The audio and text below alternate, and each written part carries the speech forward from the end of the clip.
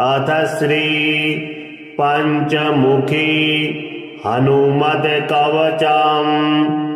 ॐ श्री पंचवदनाय आंजनेयाय नमः। विनियोगः।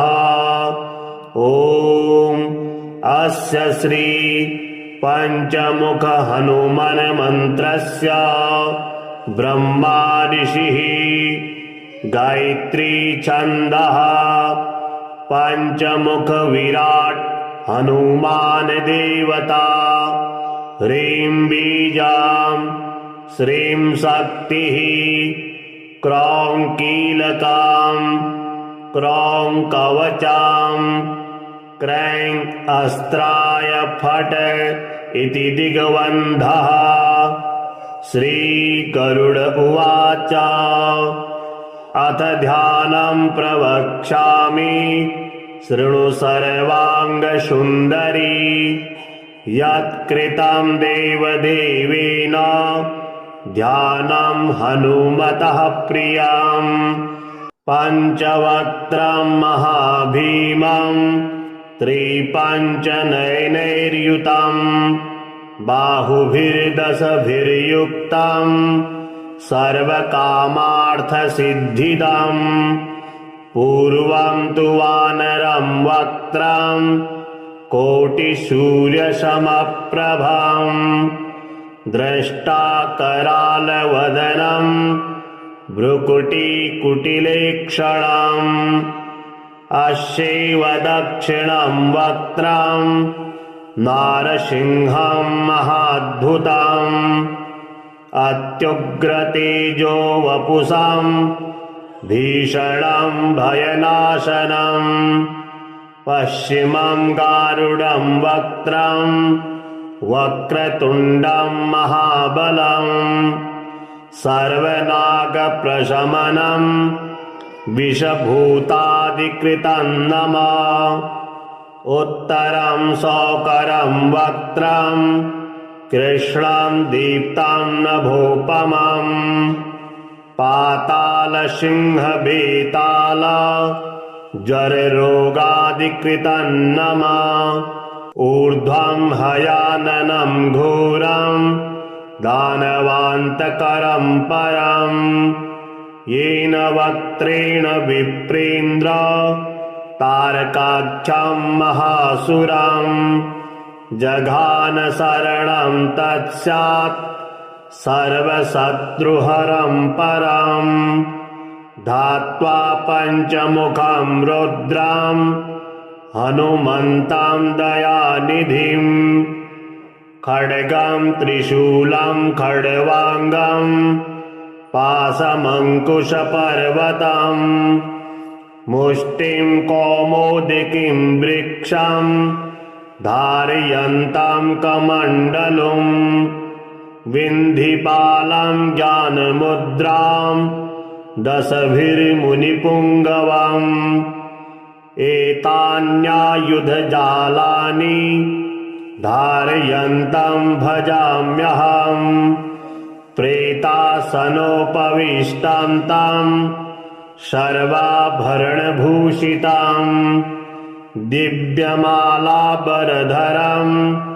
दिव्यगन्धानुलेपनम् सर्वाश्चर्यमयं देवं हनुमद्विश्वतोमुखम् पञ्चाशमच्युतमनेकविचित्रवर्णं वक्त्रं शशाङ्कशिखरं कविराजवर्यम् पीताम्बरादिमुकुटैर्रूपशोभिताङ्गम् पिङ्गाक्षमाद्यमनिशं मनसा स्मरामि मरकटेशं महोत्साहं सर्वशत्रुहरं परम् शत्रुसंहर मां रक्ष श्रीमन्नापदमुद्धर। ॐ हरिमर्कटमर्कटमन्त्रमिदं परिलिख्यति लिख्यति वामतले यदि नश्यति नश्यति शत्रुकुलं यदि मुञ्चति मुञ्चति वामलता। ॐ हरिमर्कटाय स्वाहा।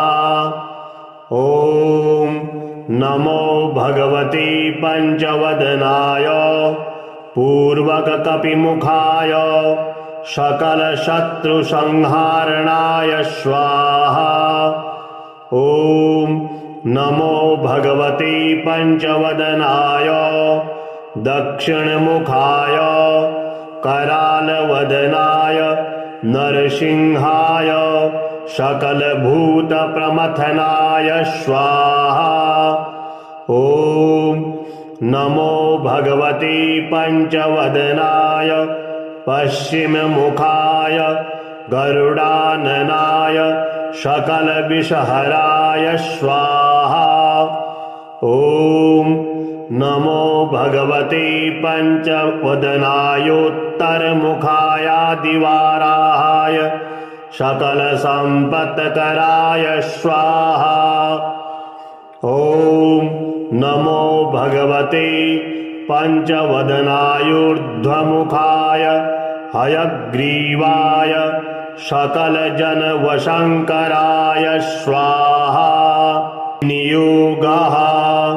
ॐ अस्य श्रीपञ्चमुख हनुमन्मन्त्रस्य श्रीरामचन्द्र ऋषिः अनुष्टुप् छन्दः पञ्चमुख वीर हनुमान देवता हनुमानिति बीजां वायुपुत्र इति शक्तिः अंजनासुत इति कीलकां श्रीरामदूत हनुमत प्रसाद सिद्ध्यर्थे जपे विनियोगः इति ऋष्यादिकं विनश्येत। ॐ अंजनासुताय अंगुष्ठाभ्यां नमः। ॐ रुद्रमूर्तये तर्जनीभ्यां नमः। ॐ वायुपुत्राय मध्यमाभ्यां नमः। ॐ अग्निगर्भाय अनामिकाभ्यां नमः। ॐ रामदूताय कनिष्ठिकाभ्यां नमः। ॐ पञ्चमुख हनुमते करतलकरपृष्ठाभ्यां नमः इति करन्यासः। ॐ अंजनासुताय हृदयाय नमः। ॐ रुद्रमूर्तये शिरसि स्वाहा। ॐ वायुपुत्राय शिखायै वषट्। ॐ अग्निगर्भाय कवचाय हुम्। ॐ रामदूताय नेत्रत्रयाय वषट्। ॐ पञ्चमुख हनुमते अस्त्राय फट्। पञ्चमुख हनुमते स्वाहा इति दिग्बन्धः। अथ ध्यानम्। वन्दे वानरनारसिंह खड्गराट् क्रोडास्ववक्त्रान्वितम् दिव्यालङ्करणं त्रिपञ्चनयनं देदीप्यमानं रुचा। हस्ताब्जैरसिकीटपुस्तकसुधा कुम्भाकुशाद्रिम्हलम् खड्वाङ्गं फणिभूरुहं दशभुजं सर्वारिवीरापहम्। ॐ श्रीरामदूतायाञ्जनेयाय वायुपुत्राय महाबलपराक्रमाय सीतादुःखनिवारणाय लङ्कादहनकारणाय महाबलप्रचण्डाय फाल्गुनसखाय कोलाहलसकलब्रह्माण्डविश्वरूपाय सप्तसमुद्रनिर्लङ्घनाय पिङ्गलनयनायामिति विक्रमाय सूर्यबिम्बफलसेवनाय दुष्टनिवारणाय दृष्टिनिरालङ्कृताय सञ्जीविनी सञ्जीविताङ्ग दललक्ष्मण महाकविसैन्य प्राणदाय दशकण्ठ विध्वंसनाय रामेष्टाय महाफाल्गुनसखाय सीता सहित रामवरप्रदाय षड्प्रयोगागम पंचमुख वीर हनुमान मंत्र जपे विनियोगः। ओम हरिमर्कट मर्कटाय बम बम बम बम वषट् स्वाहा। ओम हरिमर्कट मर्कटाय फम फम फम फम फम फट स्वाहा। ओम हरिमर्कट मर्कटाय खेम खेम खेम खेम खेम मारणाय स्वाहा। ओम हरिमर्कट मर्कटाय लुम लुम लुम लुम लुम आकर्षित सकल संपत्कराय स्वाहा। ओम हरिमर्कट मर्कटाय धम धम धम धम धम शत्रुस्तंभनाय स्वाहा। ओम टम टम टम टम टम कूर्ममूर्तये पंचमुख वीर हनुमते परयंत्र परतंत्रोच्चाटनाय स्वाहा। ओम कं खं गं घं गं चं झं झं झं यं टं ठं डं ढं णं तं थं दं धं नं पं फं बं भं मं यं रं लं वं शं शं शं हं लं शं स्वाहा इति दिग्बन्धः। ओम पूर्वकपिमुखाय पंचमुख हनुमते टं टं टं टं सकल शत्रु संहारणाय स्वाहा। ओम दक्षिणमुखाय पंचमुख हनुमते करालवदनाय नरसिंहाय ओम ह्रां ह्रीं ह्रौं ह्रैं ह्रौं ह्रः सकल भूत प्रेत दमनाय स्वाहा। ओम पश्चिम मुखाय गरुडाननाय पंचमुख हनुमते मम मम मम मम सकल विषहराय स्वाहा।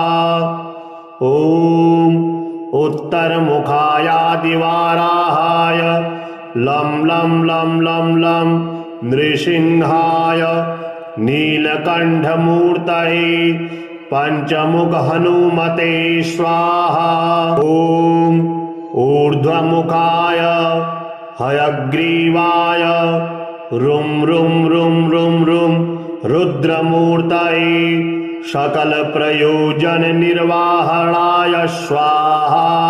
ओम अंजनासुताय वायुपुत्राय महाबलाय सीताशोक निवारणाय श्रीरामचंद्र कृपा पादुकाय महावीर प्रमथनाय ब्रह्मांडनाथाय कामदाय पंचमुख वीर हनुमते स्वाहा। भूत प्रेत पिशाच ब्रह्म राक्षस डाकिनी शाकिन्यंतरिक्ष ग्रह परयंत्र परतंत्रोच्चाटनाय स्वाहा।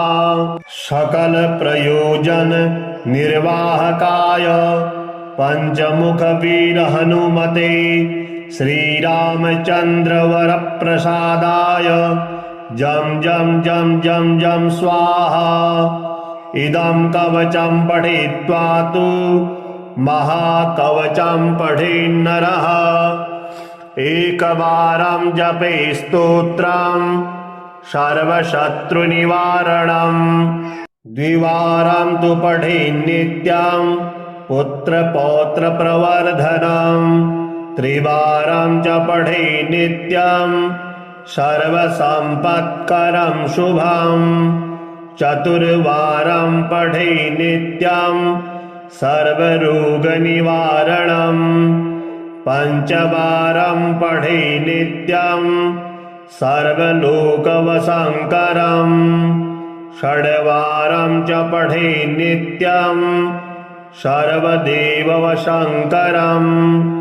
सप्तवारं पठे नित्यं सर्वसौभाग्यदायकम् अष्टवारं पठे नित्यम् इष्टकामार्थसिद्धिदम् नववारं पठे नित्यं राजभोगमवाप्नुयात् दशवारं पठे नित्यं त्रैलोक्यज्ञानदर्शनम् रुद्रावृत्तिं पठे नित्यं सर्वसिद्धिर्भवेद्ध्रुवम् निर्बलो रोगयुक्तश्च महाव्याधिपीडितः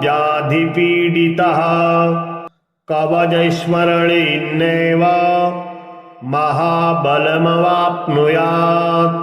ॐ श्रीपञ्चवदनाय आञ्जनेयाय नमः।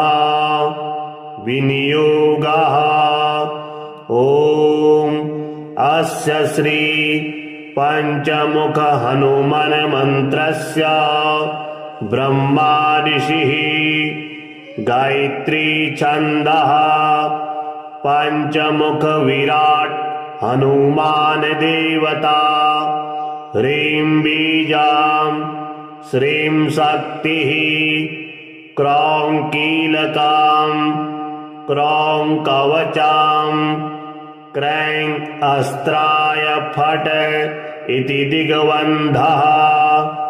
श्रीगरुड उवाच अथ ध्यानं प्रवक्ष्यामि शृणु सर्वाङ्गसुन्दरी यत्कृतं देवदेवेन ध्यानं हनुमतः प्रियम् पञ्चवक्त्रं महाभीमं त्रिपञ्चनयनैर्युतं बाहुभिर्दशभिर्युक्तं सर्वकामार्थसिद्धिदम् पूर्वं तु वानरं वक्त्रं कोटिसूर्यसमप्रभम् द्रष्टाकरालवदनं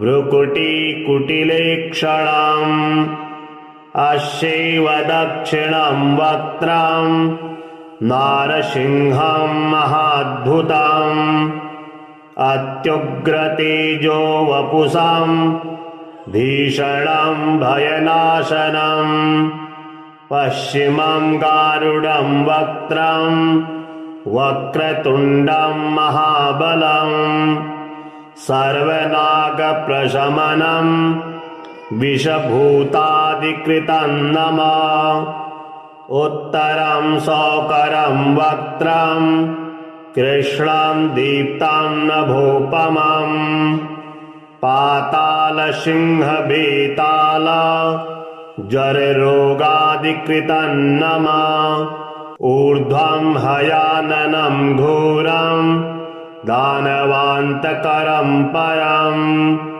येन वक्त्रेण विप्रेन्द्र तारकाख्यं महासुरम् जघान शरणं तत्स्यात् सर्वशत्रुहरं परम् धात्वा पञ्चमुखं रुद्रं हनुमन्तं दयानिधिम् खड्गं त्रिशूलं खड्वाङ्गं पाशमङ्कुशपर्वतम् मुष्टिं कौमोदिकीं वृक्षं धारयन्तं कमण्डलुम् विन्धिपालं ज्ञानमुद्रां दशभिर्मुनिपुङ्गवम् एतान्यायुधजालानि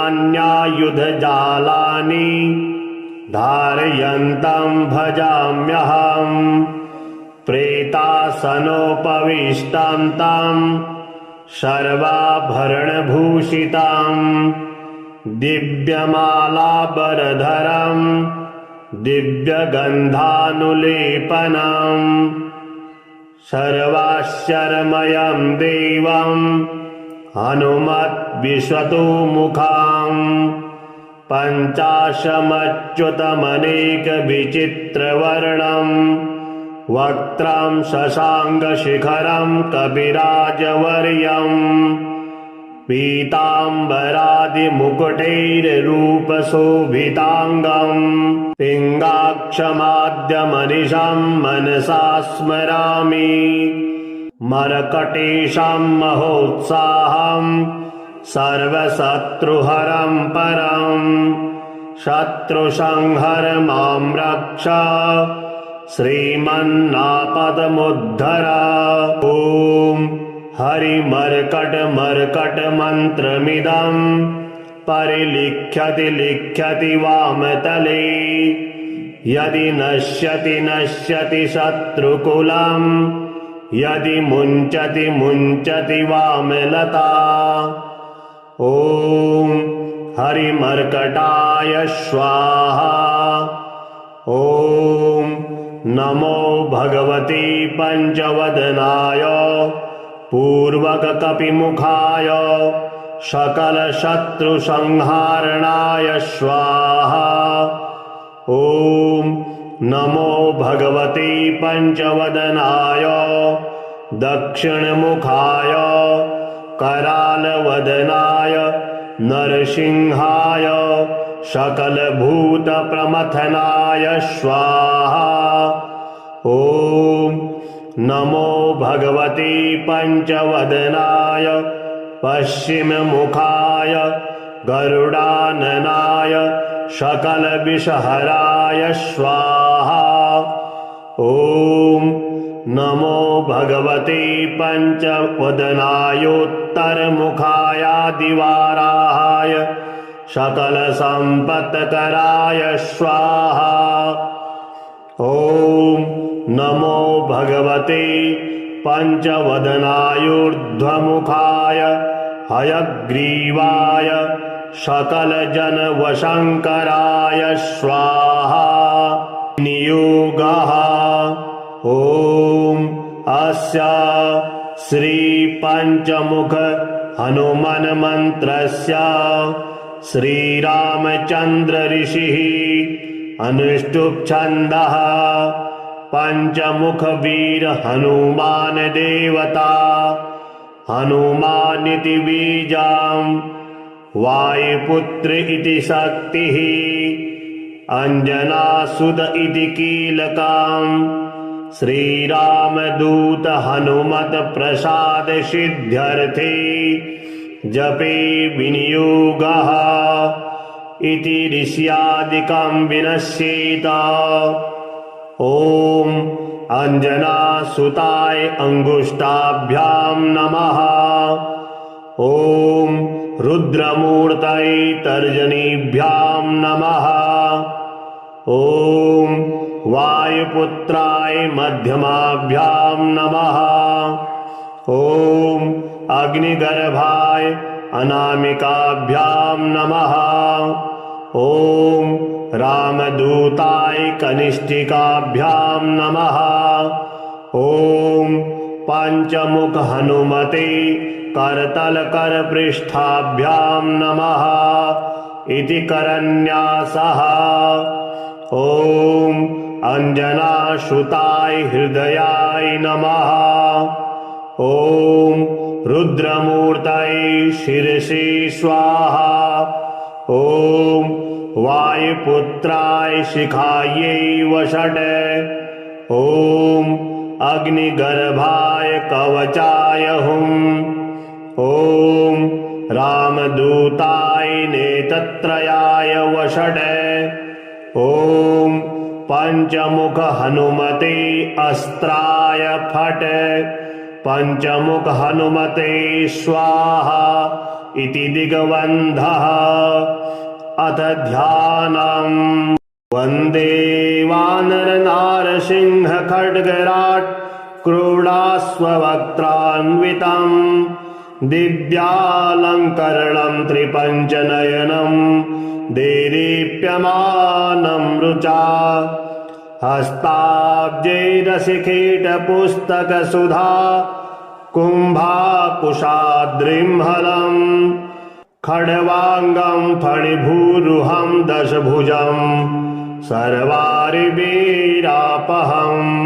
ॐ श्रीरामदूतायाञ्जनेयाय वायुपुत्राय महाबलपराक्रमाय सीतादुःखनिवारणाय लङ्कादहनकारणाय महाबलप्रचण्डाय फाल्गुनसखाय कोलाहलसकलब्रह्माण्डविश्वरूपाय सप्तसमुद्रनिर्लङ्घनाय पिङ्गलनयनायामितिविक्रमाय सूर्यबिम्बफलसेवनाय दुष्टनिवारणाय दृष्टिनिरालङ्कृताय सञ्जीविनी सञ्जीविताङ्ग दललक्ष्मणमहाकविसैन्य प्राणदाय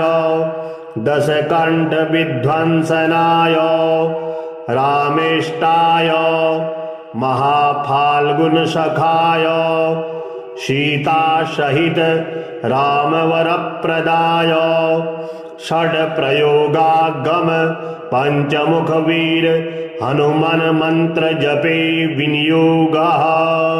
ॐ हरिमर्कटमर्कटाय बम बम बम बम वषट् स्वाहा।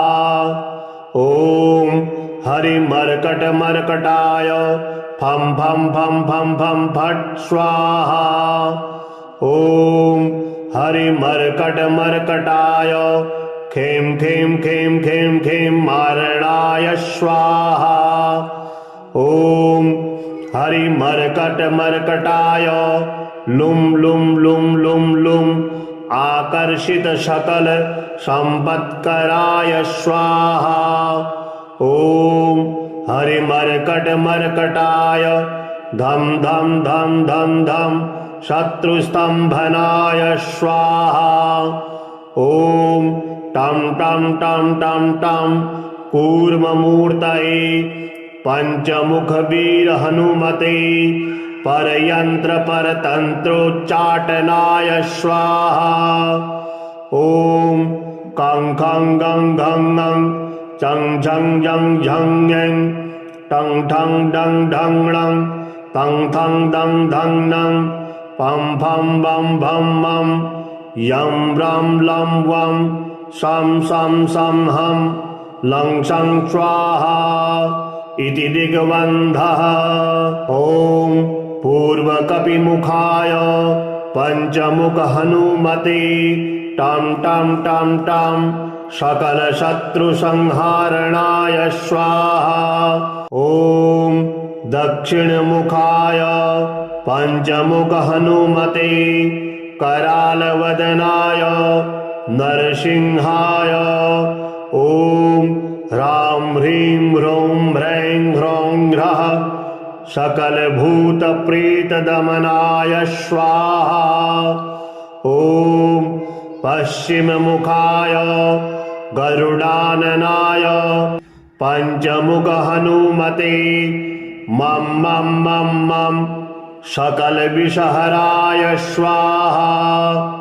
ॐ उत्तरमुखायादिवाराहाय लं लं लं लं लं नृसिंहाय नीलकण्ठमूर्तये पंचमुख हनुमते स्वाहा। ॐ ऊर्ध्वमुखाय हयग्रीवाय रुं रुं रुं रुं रुं रुद्रमूर्तये सकलप्रयोजननिर्वाहणाय स्वाहा। ॐ अंजनासुताय वायुपुत्राय महाबलाय सीताशोकनिवारणाय श्रीरामचन्द्रकृपापादुकाय महावीरप्रमथनाय ब्रह्माण्डनाथाय कामदाय पंचमुखवीर हनुमते स्वाहा। भूतप्रेतपिशाच ब्रह्म राक्षस डाकिनी शाकिन्यन्तरिक्ष ग्रह परयंत्र परतंत्रोच्चाटनाय स्वाहा। सकल प्रयोजन निर्वाहकाय पंचमुख वीर हनुमते श्रीरामचंद्र वर प्रसादाय जम जम जम जम जम स्वाहा। इदं कवचं पठित्वा तु महाकवचं पठेन्नरः। एकवारं जपे स्तोत्रं सर्वशत्रुनिवारणं।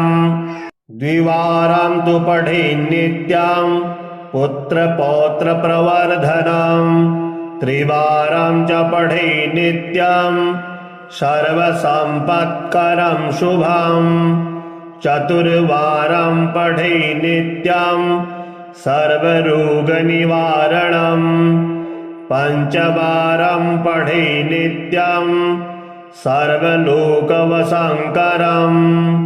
षड्वारं च पठेन्नित्यं सर्वदेववशङ्करम्। सप्तवारं पठेन्नित्यं सर्वसौभाग्यदायकम्। अष्टवारं पठेन्नित्यं इष्टकामार्थसिद्धिदम्।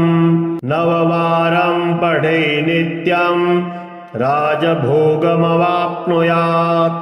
दशवारं पठेन्नित्यं त्रैलोक्यज्ञानदर्शनम्। रुद्रावृत्तिं पठेन्नित्यं सर्वसिद्धिर्भवेद्ध्रुवम्। निर्बलो रोगयुक्तस्य महाव्याधिपीडितः कवचस्मरणेनैव महाबलमवाप्नुयात्। ॐ श्रीपञ्चवदनाय आञ्जनेयाय नमः। विनियोगः ॐ अस्य श्री पंचमुख हनुमन् मंत्रस्य ब्रह्मा ऋषिः गायत्री छन्दः पंचमुख विराट हनुमान देवता। ह्रीं बीजां श्रीं शक्तिः क्रौं कीलकां क्रौं कवचां क्रैं अस्त्राय फट् इति दिग्बन्धः। श्रीगरुड उवाच अथ ध्यानं प्रवक्ष्यामि शृणु सर्वाङ्गसुन्दरी। यत्कृतं देवदेवेन ध्यानं हनुमतः प्रियम्। पञ्चवक्त्रं महाभीमं त्रिपञ्चनयनैर्युतं बाहुभिर्दशभिर्युक्तं सर्वकामार्थसिद्धिदम्। पूर्वं तु वानरं वक्त्रं कोटिसूर्यसमप्रभं। द्रष्टाकरालवदनं भ्रुकुटिकुटिलेक्षणम्। अस्यैव दक्षिणं वक्त्रं नारसिंहं महाद्भुतम्। अत्युग्रतेजो वपुषं भीषणं भयनाशनम्। पश्चिमं गारुडं वक्त्रं वक्रतुण्डं महाबलम्। सर्वनागप्रशमनं विषभूतादिकृतं नमः।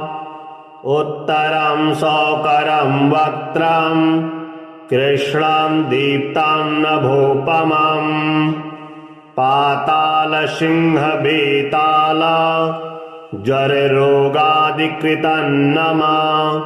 ऊर्ध्वं हयाननं घोरं दानवान्तकरं परम्। येन वक्त्रेण विप्रेन्द्र तारकाख्यं महासुरम्। जघान शरणं तत्स्यात् सर्वशत्रुहरं परं धात्वा पञ्चमुखं रुद्रं हनुमन्तं दयानिधिं खड्गं त्रिशूलं खड्वाङ्गं पाशमङ्कुशपर्वतं मुष्टिं कौमोदकीं वृक्षं धारयन्तं कमण्डलुं विन्धिपालं ज्ञानमुद्रां दशभिर्मुनिपुङ्गवम् एतान्यायुधजालानि धारयन्तं भजाम्यहम् प्रेतासनोपविष्टां तं सर्वाभरणभूषितां दिव्यमालाबरधरं दिव्यगन्धानुलेपनं सर्वाश्चर्यमयं देवं हनुमद्विश्वतोमुखं पञ्चाशमच्युतमनेकविचित्रवर्णं वक्त्रं शशाङ्कशिखरं कपिराजवर्यम् पीताम्बरादिमुकुटैर्रूपशोभिताङ्गं पिङ्गाक्षमाद्यमनिशं मनसा स्मरामि मर्कटेशं महोत्साहं सर्वशत्रुहरं परं शत्रुसंहर मां रक्ष श्रीमन्नापदमुद्धर। ॐ हरिमर्कटमर्कटमन्त्रमिदं परिलिख्यति लिख्यति वामतले यदि नश्यति नश्यति शत्रुकुलं यदि मुञ्चति मुञ्चति वामलता। ॐ हरिमर्कटाय स्वाहा। ॐ नमो भगवते पञ्चवदनाय पूर्वककपिमुखाय सकलशत्रुसंहारणाय स्वाहा। ॐ नमो भगवते पञ्चवदनाय दक्षिणमुखाय करालवदनाय नरसिंहाय सकलभूतप्रमथनाय स्वाहा। ॐ नमो भगवते पञ्चवदनाय पश्चिममुखाय गरुडाननाय सकलविषहराय स्वाहा। ॐ नमो भगवते पञ्चवदनायोत्तरमुखायादिवाराहाय सकलसम्पत्कराय स्वाहा। ॐ नमो भगवते पञ्चवदनायूर्ध्वमुखाय हयग्रीवाय सकलजनवशङ्कराय स्वाहा। नियोगः। ॐ अस्य श्रीपञ्चमुख हनुमन्मन्त्रस्य श्रीरामचन्द्र ऋषिः अनुष्टुप् छन्दः पञ्चमुखवीर हनुमान् देवता हनुमानिति बीजं वायुपुत्र इति शक्तिः अंजनासुत इति कीलकं श्रीरामदूत हनुमत प्रसाद सिद्ध्यर्थे जपे विनियोगः इति ऋष्यादिकं विनश्येत। ॐ अंजनासुताय अंगुष्ठाभ्यां नमः। ॐ रुद्रमूर्तये तर्जनीभ्यां नमः। ॐ वायुपुत्राय मध्यमाभ्यां नमः। ॐ अग्निगर्भाय अनामिकाभ्यां नमः। ॐ रामदूताय कनिष्ठिकाभ्यां नमः। ॐ पंचमुख हनुमते करतलकरपृष्ठाभ्यां नमः इति करन्यासः। ॐ अंजनासुताय हृदयाय नमः। ॐ रुद्रमूर्तये शिरसि स्वाहा। ॐ वायुपुत्राय शिखायै वषट्। ॐ अग्निगर्भाय कवचाय हुम्। ॐ रामदूताय नेत्रत्रयाय वषट्। ॐ पंचमुख हनुमते अस्त्राय फट्। पंचमुख हनुमते स्वाहा इति दिग्बन्धः। अथ ध्यानम्। वन्दे वानरनारसिंह खड्गराट् क्रोडास्ववक्त्रान्वितम् दिव्यालङ्करणं त्रिपञ्चनयनं देदीप्यमानं रुचा। हस्ताब्जैरसिकीटपुस्तकसुधा कुम्भाकुशाद्रिम्हलम् खड्वाङ्गं फणिभूरुहं दशभुजं सर्वारिवीरापहम्। ॐ श्रीरामदूतायाञ्जनेयाय वायुपुत्राय महाबलपराक्रमाय सीतादुःखनिवारणाय लङ्कादहनकारणाय महाबलप्रचण्डाय फाल्गुनसखाय कोलाहल सकल ब्रह्मांड विश्वरूपाय सप्तसमुद्र निर्लंघनाय पिंगलनयनायामिति विक्रमाय सूर्यबिंबफलसेवनाय दुष्टनिवारणाय दृष्टिनिरालंकृताय संजीविनी संजीवितांग दललक्ष्मण महाकविसैन्य प्राणदाय दशकंठ विध्वंसनाय रामेष्टाय महाफाल्गुनसखाय सीता सहित रामवरप्रदाय षड्प्रयोगागम पंचमुख वीर हनुमान मंत्र जपे विनियोगः। ॐ हरिमर्कट मर्कटाय बम बम बम बम वषट् स्वाहा।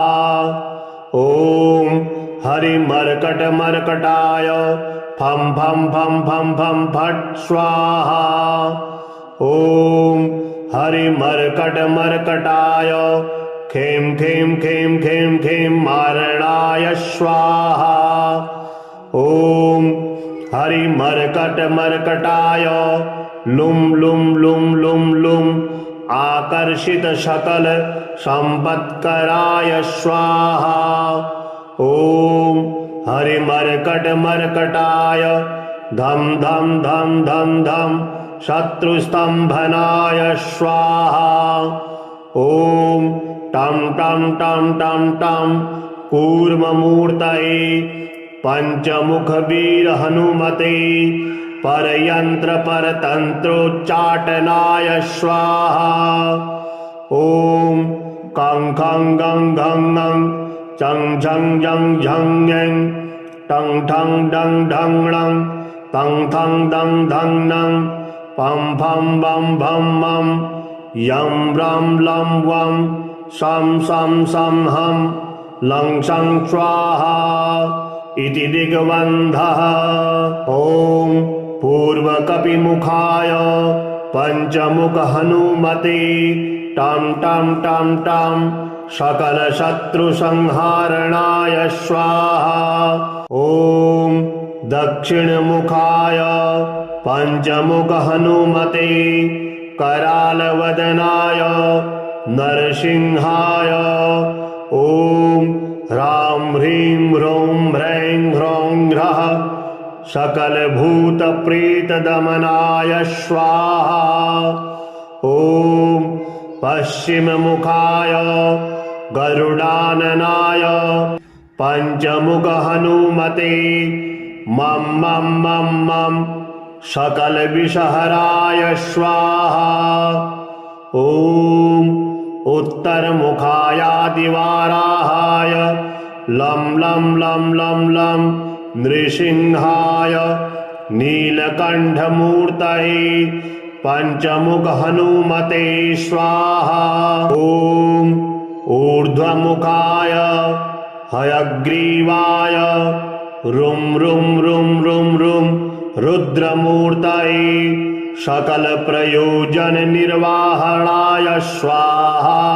ॐ अंजनासुताय वायुपुत्राय महाबलाय सीताशोक निवारणाय श्रीरामचंद्र कृपा पादुकाय महावीर प्रमथनाय ब्रह्मांडनाथाय कामदाय पंचमुख वीर हनुमते स्वाहा। भूत प्रेत पिशाच ब्रह्म राक्षस डाकिनी शाकिन्यंतरिक्ष ग्रह परयंत्र परतंत्रोच्चाटनाय स्वाहा। सकल प्रयोजन निर्वाहकाय पंचमुख वीर हनुमते श्रीरामचंद्र वर प्रसादाय जम जम जम जम जम स्वाहा। इदं कवचं पठित्वा तु महाकवचं पठेन्नरः एकवारं जपे स्तोत्रं सर्वशत्रुनिवारणं द्विवारं तु पठेन्नित्यं पुत्रपौत्रप्रवर्धनं त्रिवारं च पठेन्नित्यं सर्वसम्पत्करं शुभं चतुर्वारं पठेन्नित्यं सर्वरोगनिवारणं पंचवारं पठेन्नित्यं सर्वलोकवशङ्करं षड्वारं च पठेन्नित्यं सर्वदेववशङ्करं सप्तवारं पठेन्नित्यं सर्वसौभाग्यदायकम् अष्टवारं पठेन्नित्यं इष्टकामार्थसिद्धिदं नववारं पठेन्नित्यं राजभोगमवाप्नुयात् दशवारं पठेन्नित्यं त्रैलोक्यज्ञानदर्शनं रुद्रावृत्तिं पठेन्नित्यं सर्वसिद्धिर्भवेद्ध्रुवम् निर्बलो रोगयुक्तश्च महाव्याधिपीडितः कवचस्मरणेनैव महाबलमवाप्नुयात्। ॐ श्रीपञ्चवदनाय आञ्जनेयाय नमः। विनियोगः ॐ अस्य श्री पंचमुख हनुमन मंत्रस्य ब्रह्मा ऋषिः गायत्री छन्दः पंचमुख विराट हनुमान देवता ह्रीं बीजां श्रीं शक्तिः क्रौं कीलकां क्रौं कवचां क्रैं अस्त्राय फट् इति दिग्बन्धः। श्रीगरुड उवाच अथ ध्यानं प्रवक्ष्यामि शृणु सर्वाङ्गसुन्दरी यत्कृतं देवदेवेन ध्यानं हनुमतः प्रियं पञ्चवक्त्रं महाभीमं त्रिपञ्चनयनैर्युतं बाहुभिर्दशभिर्युक्तं सर्वकामार्थसिद्धिदं पूर्वं तु वानरं वक्त्रं कोटिसूर्यसमप्रभं द्रष्टाकरालवदनं भ्रुकुटिकुटिलेक्षणम् अस्यैव दक्षिणं वक्त्रं नारसिंहं महाद्भुतं अत्युग्रतेजो वपुषां भीषणं भयनाशनं पश्चिमं गारुडं वक्त्रं वक्रतुण्डं महाबलं सर्वनागप्रशमनं विषभूतादिकृतं नमः उत्तरं सौकरं वक्त्रं कृष्णं दीप्तं नभोपमं पातालसिंहभेताल जररोगादिकृतं नमः ऊर्ध्वं हयाननं घोरं दानवान्तकरं परं येन वक्त्रेण विप्रेन्द्र तारकाख्यं महासुरं जघान शरणं तत्स्यात् सर्वशत्रुहरं परं धात्वा पञ्चमुखं रुद्रं हनुमन्तं दयानिधिं खड्गं त्रिशूलं खड्वाङ्गं पाशमङ्कुशपर्वतम् मुष्टिं कौमोदिकीं वृक्षं धारयन्तं कमण्डलुं विन्धिपालं ज्ञानमुद्रां दशभिर्मुनिपुङ्गवम् एतान्यायुधजालानि धारयन्तं भजाम्यहम् प्रेतासनोपविष्टां तं सर्वाभरणभूषितां दिव्यमालाबरधरं दिव्यगन्धानुलेपनं सर्वाश्चर्यमयं देवं हनुमद्विश्वतोमुखं पञ्चाशमच्युतमनेकविचित्रवर्णं वक्त्रं शशाङ्कशिखरं कविराजवर्यं पीताम्बरादिमुकुटैर्रूपशोभिताङ्गं पिङ्गाक्षमाद्यमनिशं मनसा स्मरामि मरकटेशं महोत्साहं सर्वशत्रुहरं परं शत्रुसंहर मां रक्ष श्रीमन्नापदमुद्धर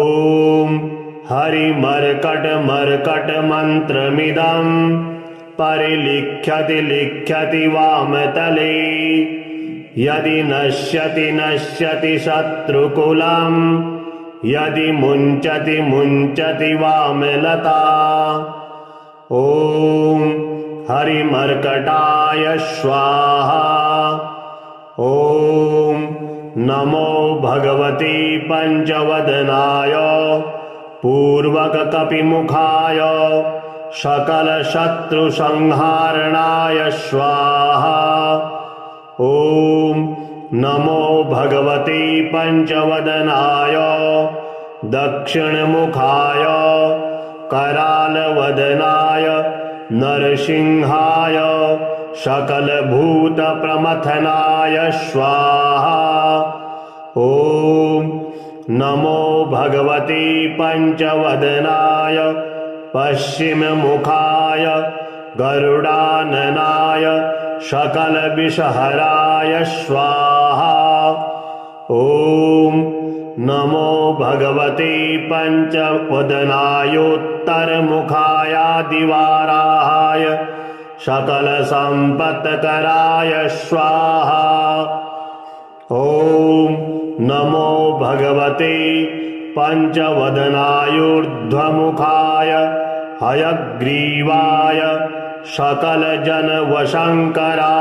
स्वाहा नियोगः ॐ अस्य श्रीपञ्चमुख हनुमन्मन्त्रस्य श्रीरामचन्द्र ऋषिः अनुष्टुप्-छन्दः पञ्चमुखवीर हनुमान देवता हनुमानिति बीजं वायुपुत्र इति शक्तिः अंजनासुत इति कीलकम् श्रीरामदूत हनुमत प्रसाद सिद्ध्यर्थे जपे विनियोगः इति ऋष्यादिकं विनश्येत। ॐ अंजनासुताय अंगुष्ठाभ्यां नमः। ॐ रुद्रमूर्तये तर्जनीभ्यां नमः। ॐ वायुपुत्राय मध्यमाभ्यां नमः। ॐ अग्निगर्भाय अनामिकाभ्यां नमः। ॐ रामदूताय कनिष्ठिकाभ्यां नमः। ॐ पंचमुख हनुमते करतलकरपृष्ठाभ्यां नमः इति करन्यासः। ॐ अंजनासुताय हृदयाय नमः।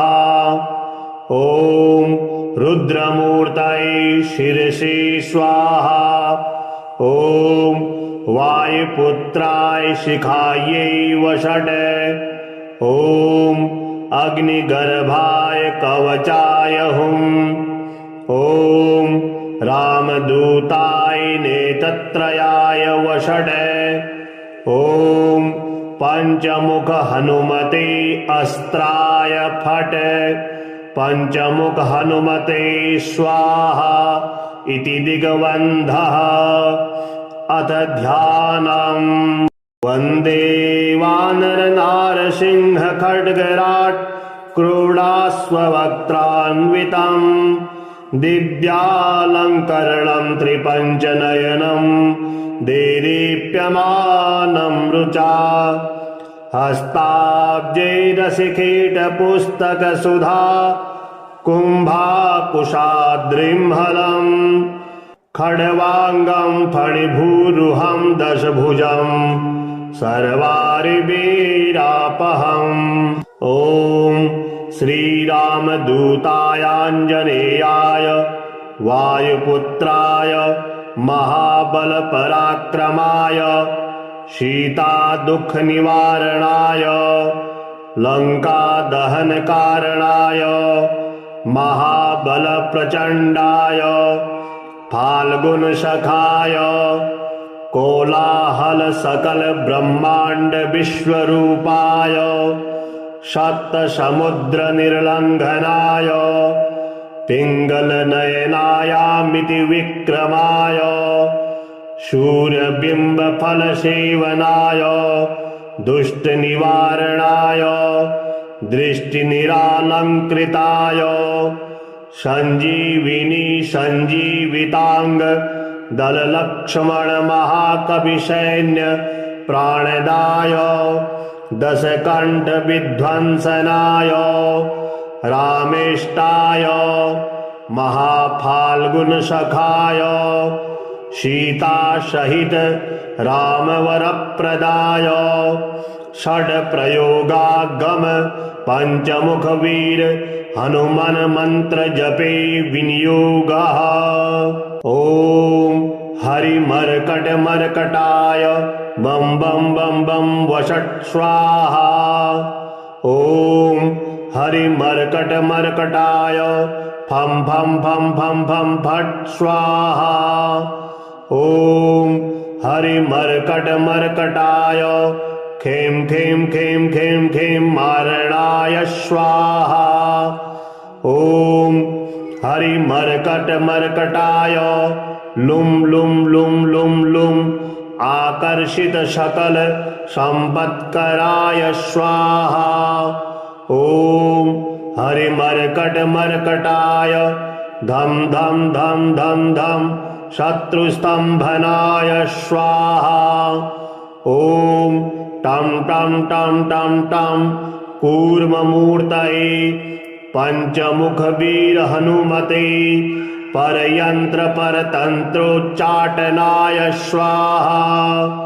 ओम कं खं गं घं ङं चं झं झं झं ङं टं ठं डं ढं णं तं थं दं धं नं पं फं बं भं मं यं रं लं वं शं शं शं हं लं सं स्वाहा इति दिग्बन्धः। ॐ पूर्वकपिमुखाय पञ्चमुख हनुमते टं टं टं टं सकलशत्रुसंहारणाय स्वाहा। ॐ दक्षिणमुखाय पञ्चमुख हनुमते करालवदनाय नरसिंहाय ॐ ह्रां ह्रीं ह्रौं ह्रैं ह्रौं ह्रः सकलभूतप्रेतदमनाय स्वाहा। ॐ पश्चिममुखाय गरुडाननाय पञ्चमुख हनुमते मं मं मं मं सकलविषहराय स्वाहा। ॐ उत्तरमुखायादिवाराहाय लं लं लं लं लं नृसिंहाय नीलकण्ठमूर्तये पञ्चमुख हनुमते स्वाहा। ॐ ऊर्ध्वमुखाय हयग्रीवाय रुं रुं रुं रुं रुं रुद्रमूर्तये सकलप्रयोजननिर्वाहणाय स्वाहा। ॐ अञ्जनासुताय वायुपुत्राय महाबलाय सीताशोकनिवारणाय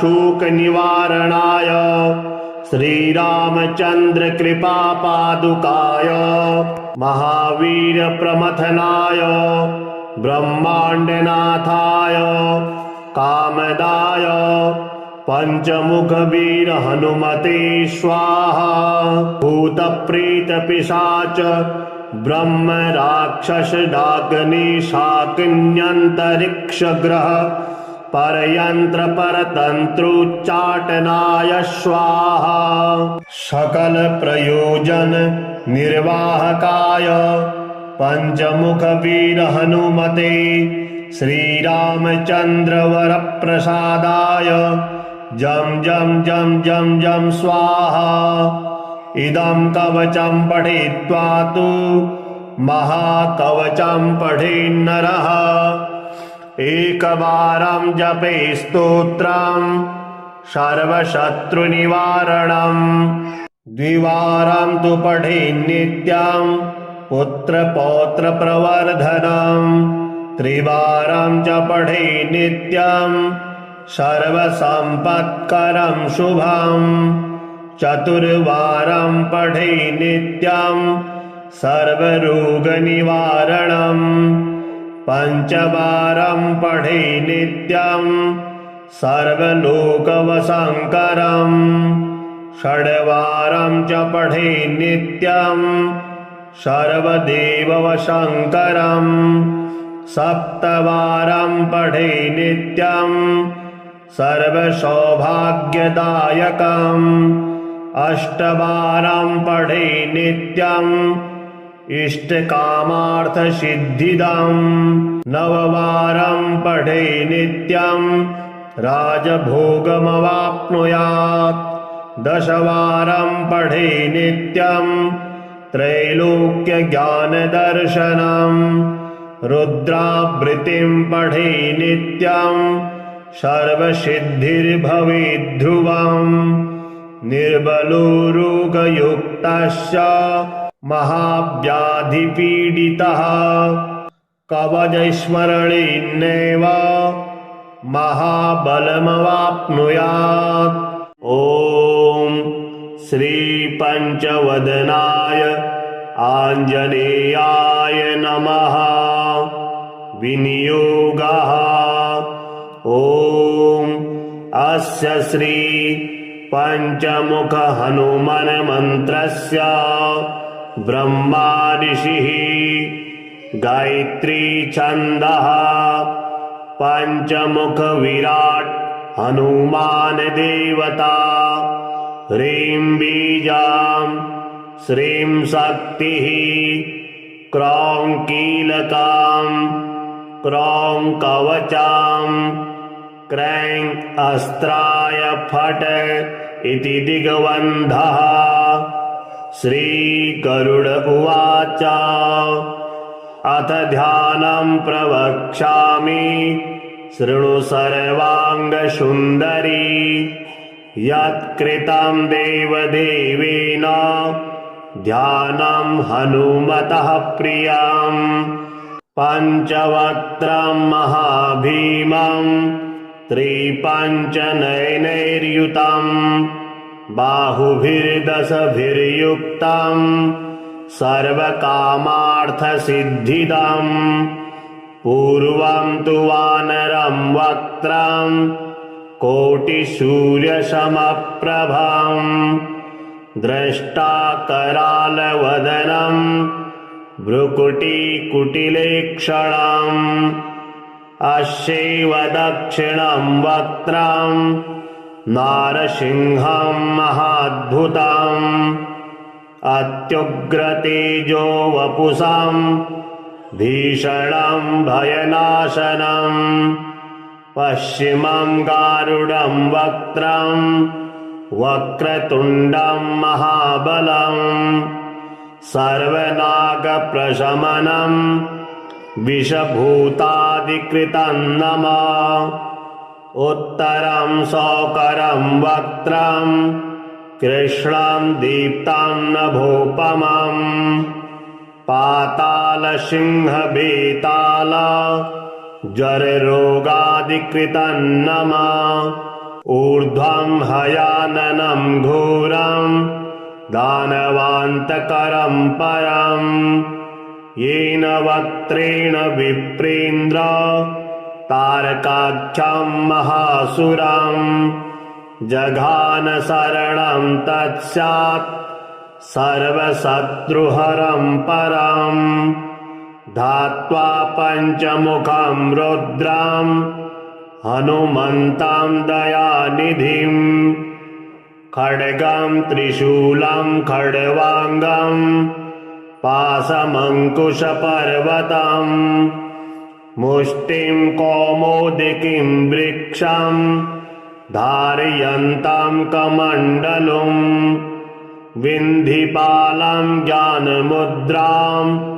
दशभिर्मुनिपुङ्गवम् एतान्यायुधजालानि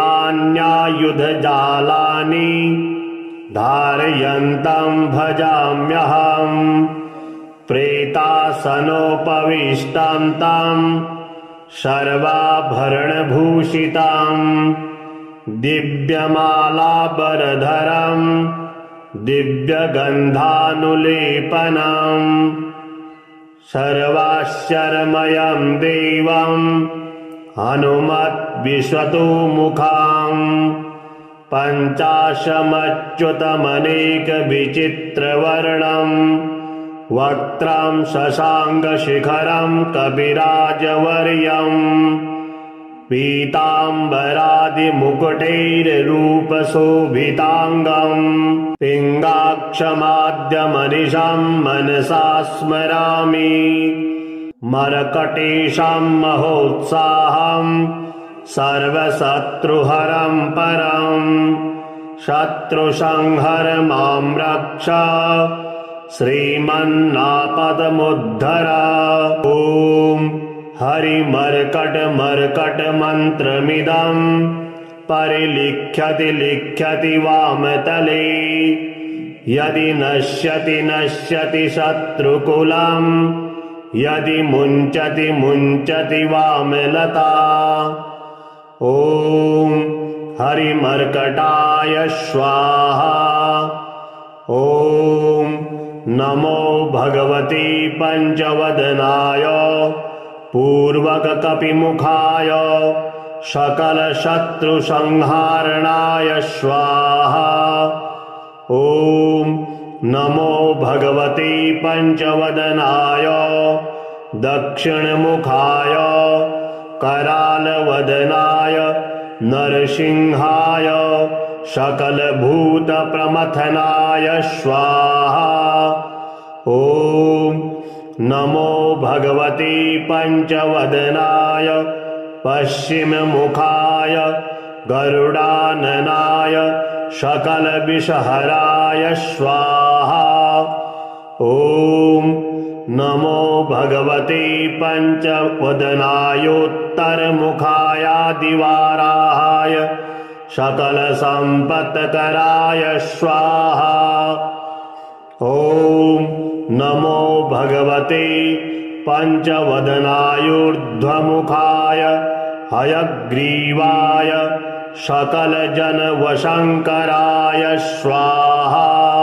नियोगः। ॐ अस्य श्रीपञ्चमुख हनुमन्मन्त्रस्य श्रीरामचन्द्र ऋषिः अनुष्टुप् छन्दः पञ्चमुख वीर हनुमान देवता हनुमानिति बीजां वायुपुत्र इति शक्तिः अंजनासुत इति कीलकाम् श्रीरामदूत हनुमत प्रसाद सिद्ध्यर्थे जपे विनियोगः इति ऋष्यादिकं विनश्येत। ॐ अंजनासुताय अंगुष्ठाभ्यां नमः। ॐ रुद्रमूर्तये तर्जनीभ्यां नमः। ॐ वायुपुत्राय मध्यमाभ्यां नमः। ॐ अग्निगर्भाय अनामिकाभ्यां नमः। ॐ रामदूताय कनिष्ठिकाभ्यां नमः। ॐ पञ्चमुख हनुमते करतलकरपृष्ठाभ्यां नमः इति करन्यासः। ॐ अंजनासुताय हृदयाय नमः। ॐ रुद्रमूर्तये शिरसे स्वाहा। ॐ वायुपुत्राय शिखायै वषट्। ॐ अग्निगर्भाय कवचाय हुम्। ॐ रामदूताय नेत्रत्रयाय वषट्। ॐ पञ्चमुख हनुमते अस्त्राय फट्। पञ्चमुख हनुमते स्वाहा इति दिग्बन्धः। अथ ध्यानम्। वन्दे वानरनारसिंह खड्गराट् क्रोडास्ववक्त्रान्वितम् दिव्यालङ्करणं त्रिपञ्चनयनं देदीप्यमानं रुचा। हस्ताब्जैरसिकीटपुस्तकसुधा कुम्भाकुशाद्रिम्हलम् खड्वाङ्गं फणिभूरुहं दशभुजं सर्वारिवीरापहम्। ॐ श्रीरामदूतायाञ्जनेयाय वायुपुत्राय महाबलपराक्रमाय सीतादुःखनिवारणाय लङ्कादहनकारणाय महाबलप्रचण्डाय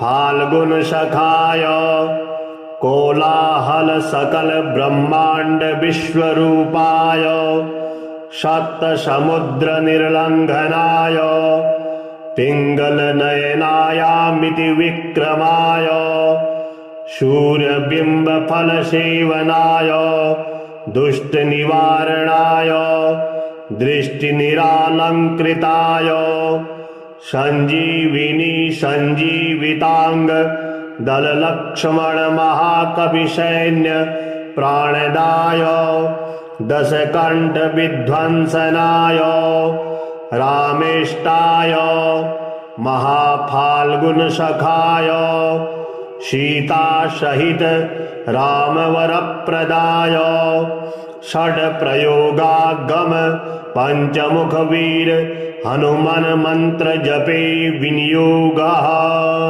ॐ हरिमर्कट मर्कटाय बम बम बम बम वषट् स्वाहा।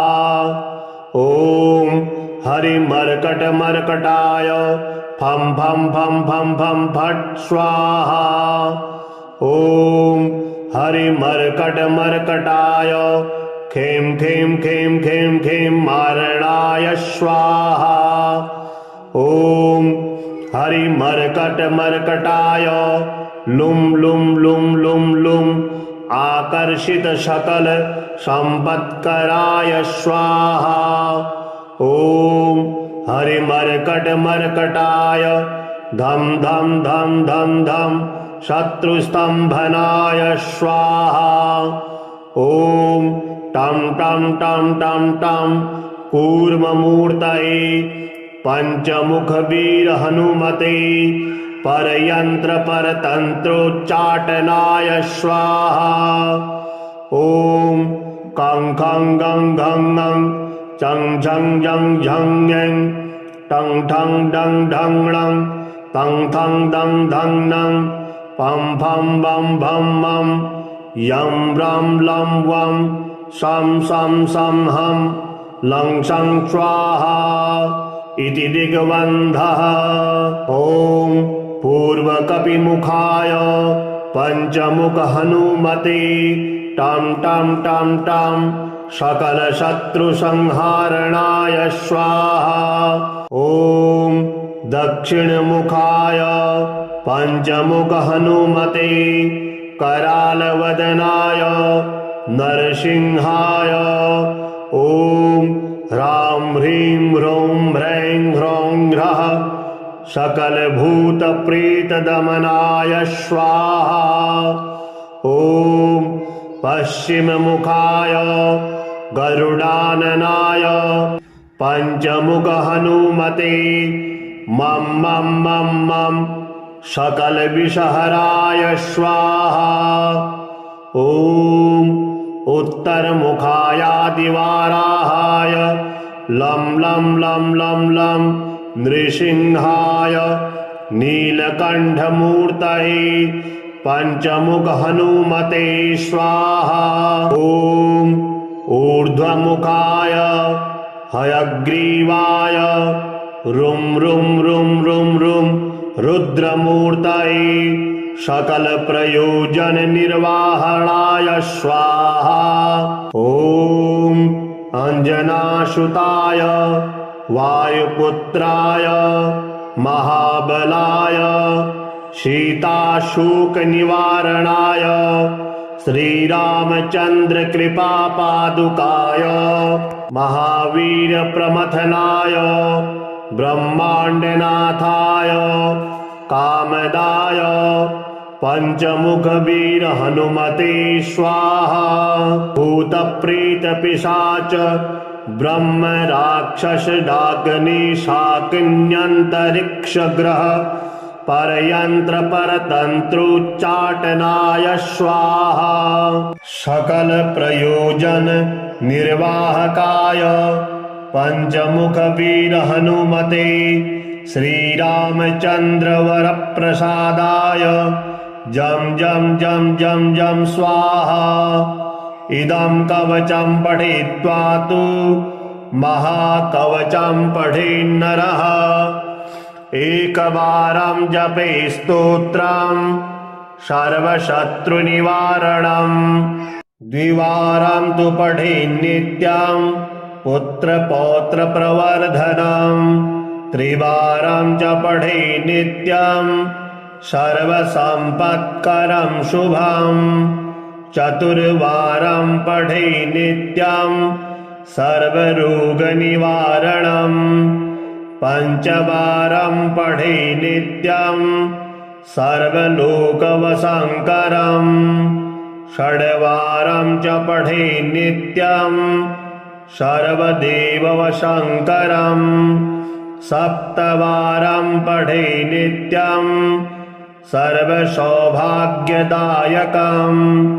अष्टवारं पठेन्नित्यं इष्टकामार्थसिद्धिदं नववारं पठेन्नित्यं राजभोगमवाप्नुयात् दशवारं पठेन्नित्यं त्रैलोक्यज्ञानदर्शनं रुद्रावृत्तिं पठेन्नित्यं सर्वसिद्धिर्भवेद्ध्रुवं निर्बलो रोगयुक्तश्च महाव्याधिपीडितः कवचस्मरणेनैव महाबलमवाप्नुयात्।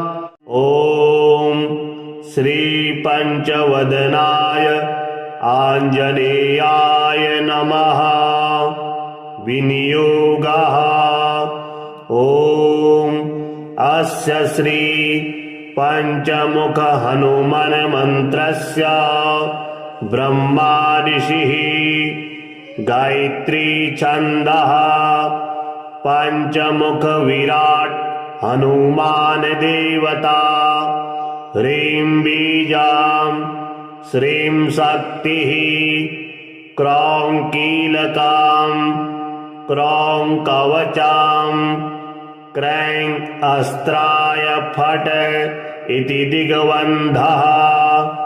श्रीगरुड उवाच अथ ध्यानं प्रवक्ष्यामि शृणु सर्वाङ्गसुन्दरी यत्कृतं देवदेवेन ध्यानं हनुमतः प्रियम् पञ्चवक्त्रं महाभीमं त्रिपञ्चनयनैर्युतं बाहुभिर्दशभिर्युक्तं सर्वकामार्थसिद्धिदं पूर्वं तु वानरं वक्त्रं कोटिसूर्यसमप्रभं द्रष्टाकरालवदनं भ्रुकुटिकुटिलेक्षणम् अस्यैव दक्षिणं वक्त्रं नारसिंहं महाद्भुतम् अत्युग्रतेजो वपुषं भीषणं भयनाशनं पश्चिमं गारुडं वक्त्रं वक्रतुण्डं महाबलं सर्वनागप्रशमनं विषभूतादिकृतं नमः। उत्तरं सौकरं वक्त्रं कृष्णं दीप्तं नभोपमं पातालसिंहवेताल ज्वररोगादिकृतं नमः। ऊर्ध्वं हयाननं घोरं दानवान्तकरं परं येन वक्त्रेण विप्रेन्द्र तारकाख्यं महासुरं जघान शरणं तत्स्यात् सर्वशत्रुहरं परं धात्वा पञ्चमुखं रुद्रं हनुमन्तं दयानिधिं खड्गं त्रिशूलं खड्वाङ्गं पाशमङ्कुशपर्वतं मुष्टिं कौमोदकीं वृक्षं धारयन्तं कमण्डलुं विन्धिपालं ज्ञानमुद्रां दशभिर्मुनिपुङ्गवम् एतान्यायुधजालानि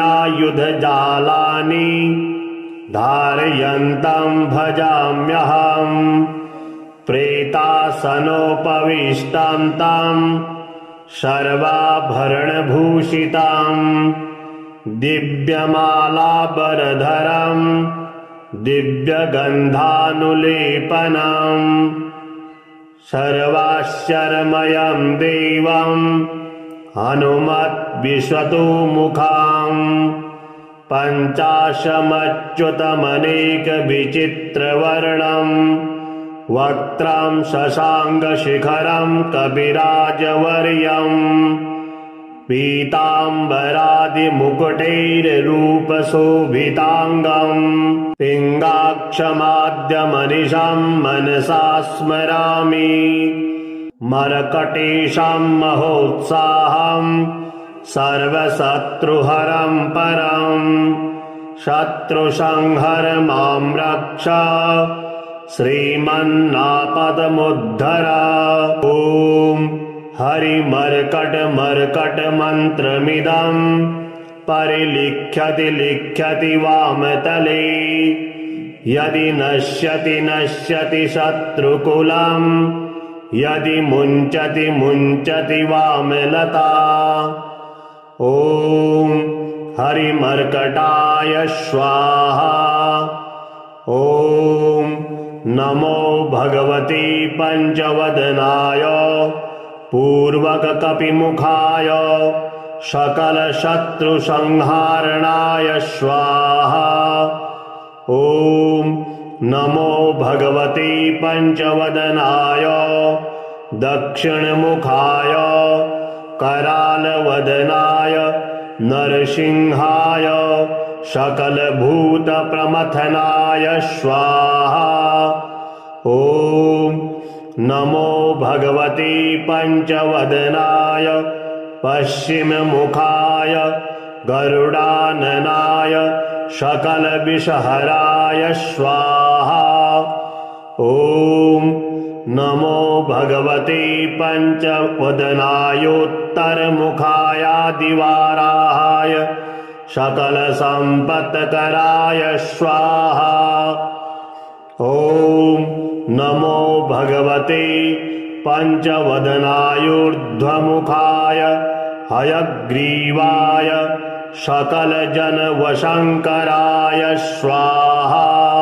नियोगः ॐ अस्य श्रीपञ्चमुख हनुमन्मन्त्रस्य श्रीरामचन्द्र ऋषिः अनुष्टुप् छन्दः पञ्चमुख वीर हनुमान देवता हनुमानिति बीजाम् वायुपुत्र इति शक्तिः अंजनासुत इति कीलकाम् श्रीरामदूत हनुमत प्रसाद सिद्ध्यर्थे जपे विनियोगः इति ऋष्यादिकं विनश्येत।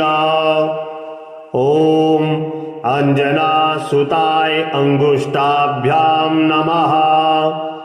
ॐ रुद्रमूर्तये तर्जनीभ्यां नमः।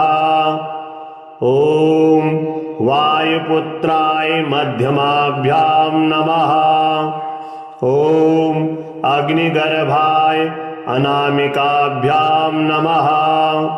ॐ रामदूताय कनिष्ठिकाभ्यां नमः।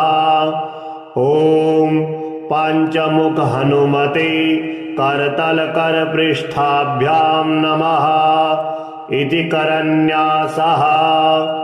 ॐ अंजनासुताय हृदयाय नमः। ॐ रुद्रमूर्तये शिरसि स्वाहा। ॐ वायुपुत्राय शिखायै वषट्। ॐ अग्निगर्भाय कवचाय हुम्। ॐ रामदूताय नेत्रत्रयाय वषट्। ॐ पञ्चमुख हनुमते अस्त्राय फट्। पञ्चमुख हनुमते स्वाहा इति दिग्बन्धः। अथ ध्यानम् वन्दे वानरनारसिंह खड्गराट् क्रोडास्ववक्त्रान्वितम् दिव्यालङ्करणं त्रिपञ्चनयनं देदीप्यमानं रुचा हस्ताब्जैरसिकीटपुस्तकसुधा कुम्भाकुशाद्रिम्हलम् खड्वाङ्गं फणिभूरुहं दशभुजं सर्वारिवीरापहम्।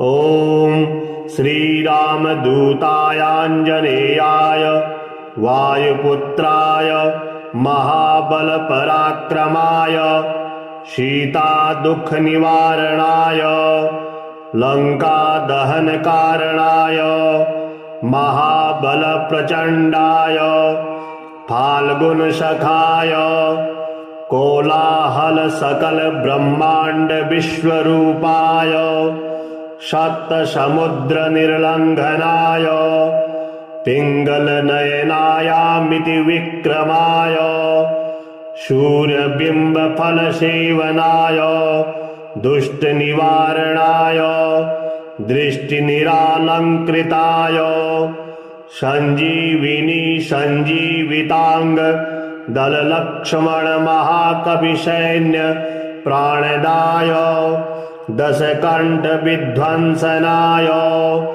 रामेष्टाय महाफाल्गुनसखाय सीता सहित रामवरप्रदाय षड्प्रयोगागम पंचमुख वीर हनुमान मंत्र जपे विनियोगः। ओम हरिमर्कट मर्कटाय बम बम बम बम वषट् स्वाहा। ओम हरिमर्कट मर्कटाय फम फम फम फम फम फट स्वाहा।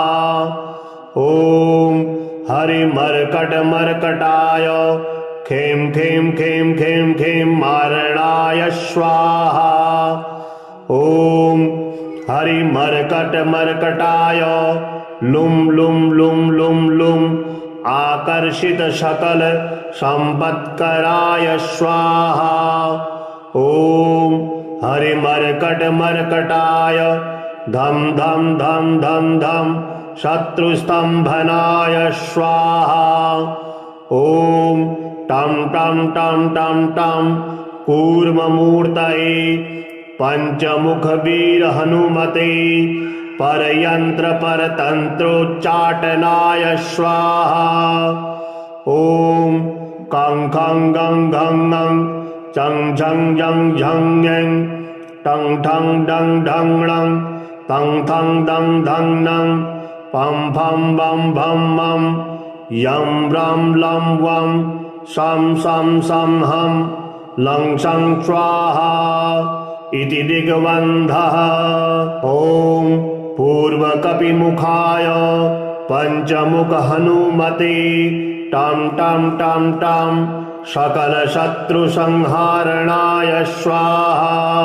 ओम दक्षिणमुखाय पंचमुख हनुमते करालवदनाय नरसिंहाय ओम ह्रां ह्रीं ह्रौं ह्रैं ह्रौं ह्रः सकल भूत प्रेत दमनाय स्वाहा। ओम पश्चिम मुखाय गरुडाननाय पंचमुख हनुमते मम मम मम मम सकल विषहराय स्वाहा। ओम उत्तर मुखायादिवाराहाय लं लं लं लं लं नृसिंहाय नीलकंठमूर्तये पंचमुख हनुमते स्वाहा। ओम ऊर्ध्वमुखाय हयग्रीवाय रुं रुं रुं रुं रुं रुद्रमूर्तये सकल प्रयोजन निर्वाहणाय स्वाहा। ओम अंजनासुताय वायुपुत्राय महाबलाय सीताशोक निवारणाय श्रीरामचंद्र कृपा पादुकाय महावीर प्रमथनाय ब्रह्मांडनाथाय कामदाय पंचमुख वीर हनुमते स्वाहा। भूत प्रेत पिशाच ब्रह्म राक्षस डाकिनी शाकिन्यंतरिक्ष ग्रह परयंत्र परतंत्रोच्चाटनाय स्वाहा। सकल प्रयोजन निर्वाहकाय पंचमुख वीर हनुमते श्रीरामचंद्र वर प्रसादाय जम जम जम जम जम स्वाहा।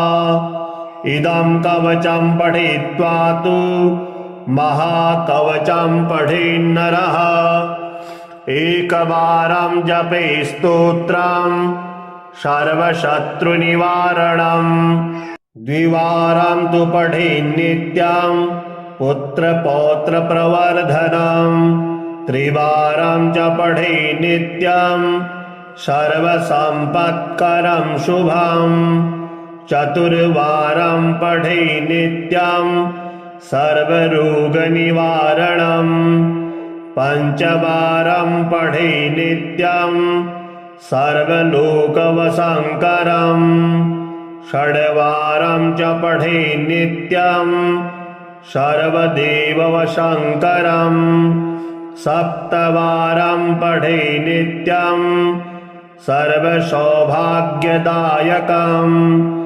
अष्टवारं पठे नित्यम् इष्टकामार्थसिद्धिदम् नववारं पठे नित्यं राजभोगमवाप्नुयात् दशवारं पठे नित्यं त्रैलोक्यज्ञानदर्शनम् रुद्रावृत्तिं पठे नित्यं सर्वसिद्धिर्भवेद्ध्रुवम् निर्बलो रोगयुक्तश्च महाव्याधिपीडितः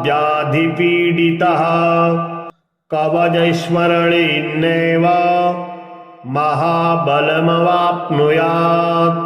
ॐ श्रीपञ्चवदनाय आञ्जनेयाय नमः। विनियोगः ॐ अस्य श्री पञ्चमुख हनुमन् मन्त्रस्य ब्रह्मा ऋषिः गायत्री छन्दः पञ्चमुख विराट् हनुमान् देवता ह्रीं बीजां श्रीं शक्तिः क्रौं कीलकां क्रौं कवचां क्रैं अस्त्राय फट् इति दिग्बन्धः। श्रीगरुड उवाच अथ ध्यानं प्रवक्ष्यामि शृणु सर्वाङ्गसुन्दरी यत्कृतं देवदेवेन ध्यानं हनुमतः प्रियम् पञ्चवक्त्रं महाभीमं त्रिपञ्चनयनैर्युतं बाहुभिर्दशभिर्युक्तं सर्वकामार्थसिद्धिदम् पूर्वं तु वानरं वक्त्रं कोटिसूर्यसमप्रभं द्रष्टाकरालवदनं भ्रुकुटिकुटिलेक्षणम् अस्यैव दक्षिणं वक्त्रं नारसिंहं महाद्भुतम् अत्युग्रतेजो वपुषं भीषणं भयनाशनम् पश्चिमं गारुडं वक्त्रं वक्रतुण्डं महाबलम् सर्वनागप्रशमनं विषभूतादिकृतं नमः उत्तरं सौकरं वक्त्रं कृष्णं दीप्तं नभोपमम् पातालसिंहभेताल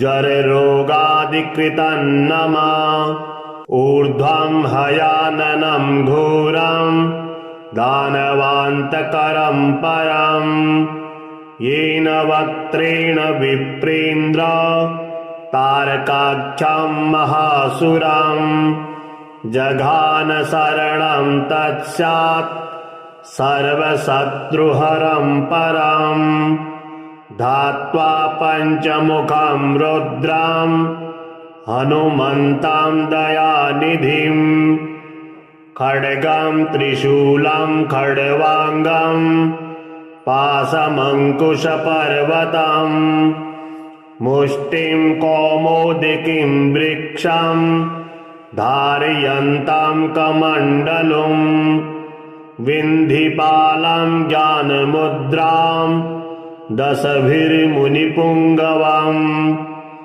एतान्यायुधजालानि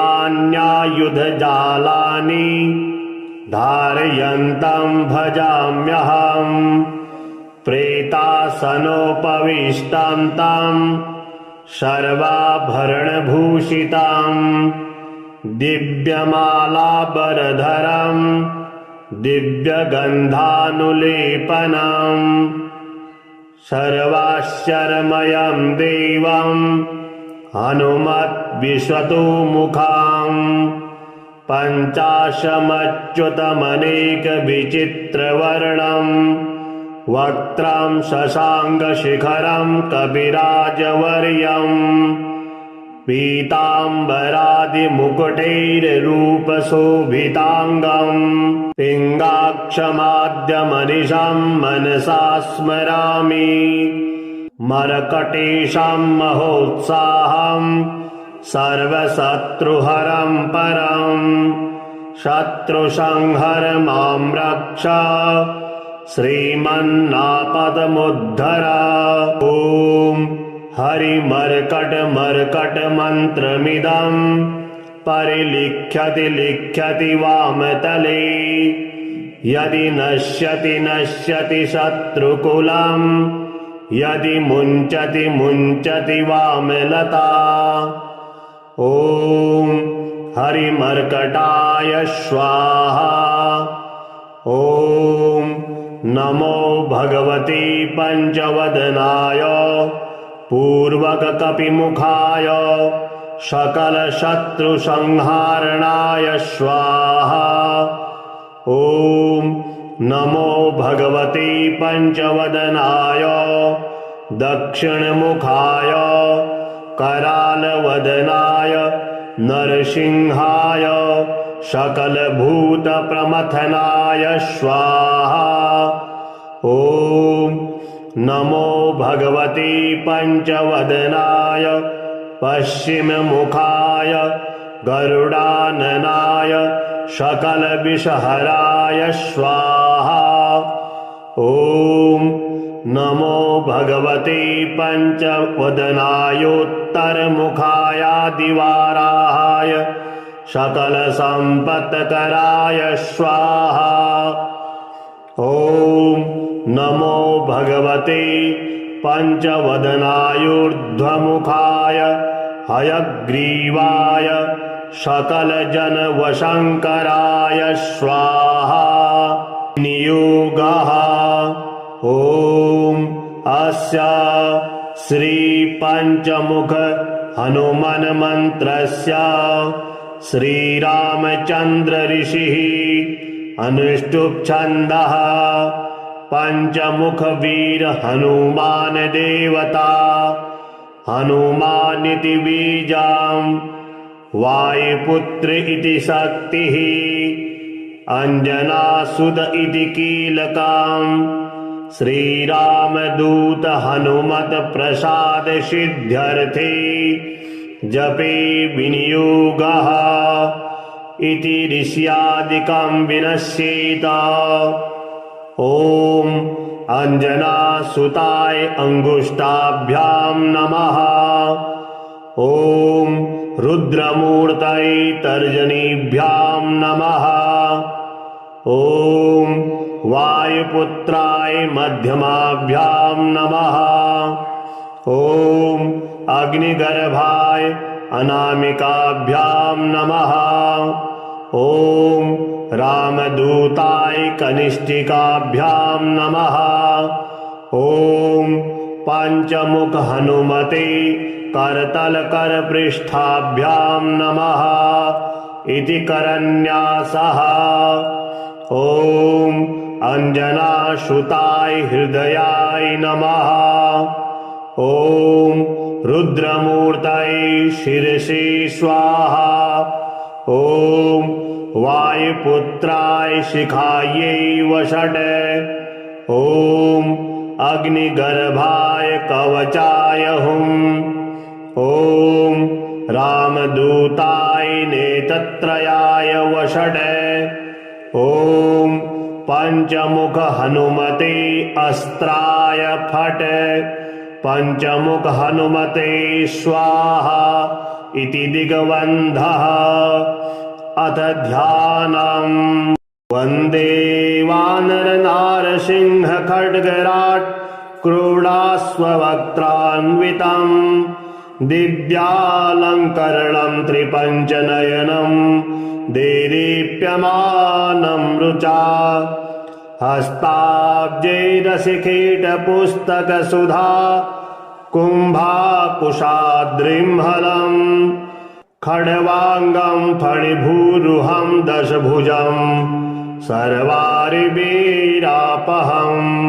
ॐ श्रीरामदूतायाञ्जनेयाय वायुपुत्राय महाबलपराक्रमाय सीतादुःखनिवारणाय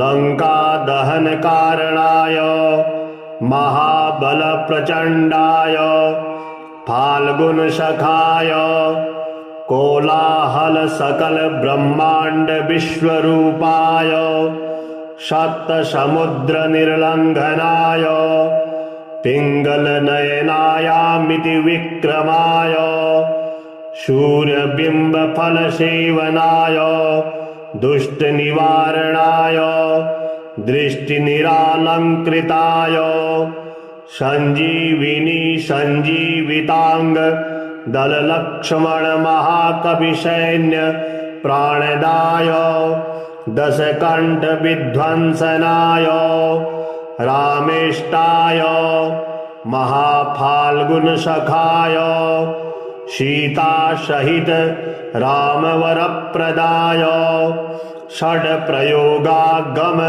पञ्चमुखवीर हनुमन मंत्र जपे विनियोगः ॐ हरिमर्कटमर्कटाय बम बम बम बम वषट् स्वाहा ॐ हरिमर्कटमर्कटाय फम फम फम फम फम फट् स्वाहा ॐ हरिमर्कटमर्कटाय खेम खेम खेम खेम खेम मारणाय स्वाहा ॐ हरिमर्कटमर्कटाय लुम लुम लुम लुम लुम आकर्षित सकल संपत्कराय स्वाहा ॐ हरिमर्कटमर्कटाय धम धम धम धम धम शत्रुस्तंभनाय स्वाहा ॐ टम टम टम टम टम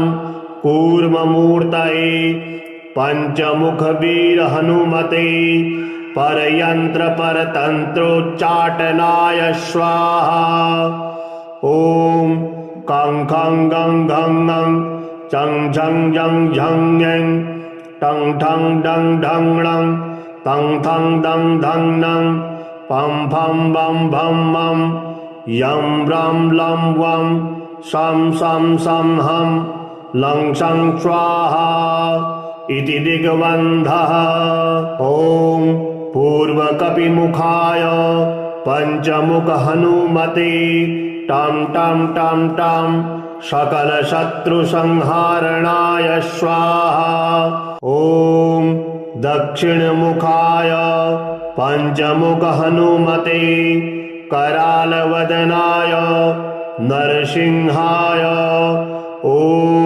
ह्रां ह्रीं ह्रूं ह्रैं ह्रौं ह्रः सकलभूतप्रेतदमनाय स्वाहा ॐ पश्चिममुखाय गरुडाननाय पंचमुख हनुमते मं मं मं मं सकलविषहराय स्वाहा ॐ उत्तरमुखायादिवाराहाय लं लं लं लं लं नृसिंहाय नीलकण्ठमूर्तये पंचमुख हनुमते स्वाहा ॐ ऊर्ध्वमुखाय हयग्रीवाय रुं रुं रुं रुं रुं रुद्रमूर्तये सकल प्रयोजन निर्वाहणाय स्वाहा ॐ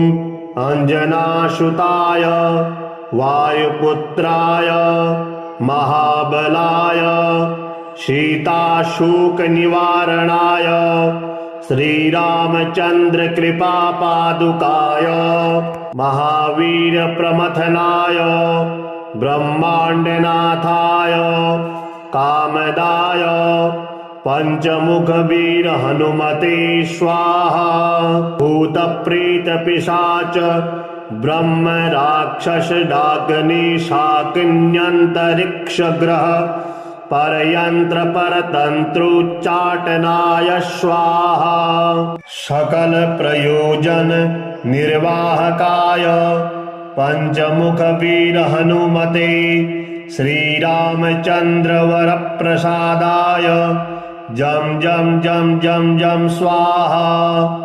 इदं कवचं पठित्वा तु महाकवचं पठेन्नरः। एकवारं जपे स्तोत्रं सर्वशत्रुनिवारणम्। द्विवारं तु पठेन्नित्यं पुत्रपौत्रप्रवर्धनम्। त्रिवारं च पठेन्नित्यं सर्वसम्पत्करं शुभम्।